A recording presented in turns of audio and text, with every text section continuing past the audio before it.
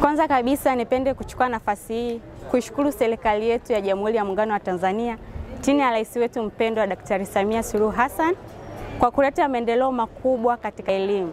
Sisi kama wanafunzi wa elimu ya juu tupende kutoa shukrani zetu pia katika Wizara ya Elimu, Sayansi na Teknolojia kwa kuendelea kusimamia sera pamoja na miradi yote inayotolewa na serikali kwetu sisi wanafunzi wa vyuo vikuu na vyuo pamoja na vyuo vya kati.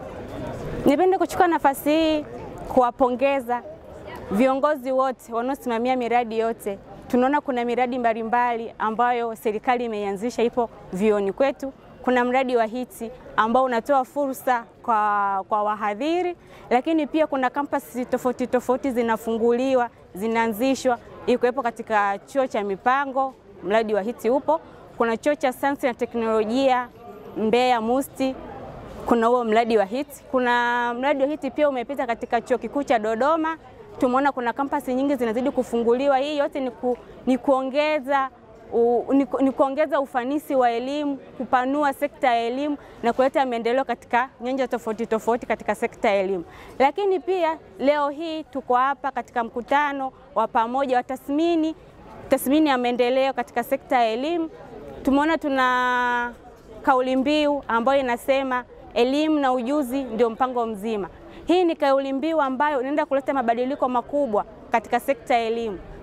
Vijana tumekuwa na changamoto ya ajira, tunamaliza vyuo vikuu, hatuna ajira, hatujui tuanzie wapi tuishie wapi.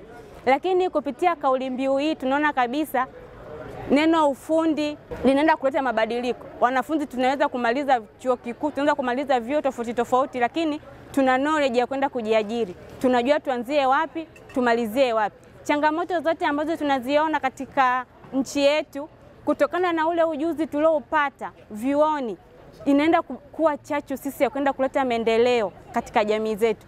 Kwa hiyo ile kauli ya kwamba hatuna ajira inaenda kubadilishwa na hii kauli mbiu pamoja na maendeleo ya sekta ya elimu na kwenda kutengeneza ajira ya kuweza kujiajiri sisi wenyewe na kuweza kutokomeza ili wimbi kubwa la ukosefu wa ajira nchini. Tumedhamiria, tunaboresha elimu yetu.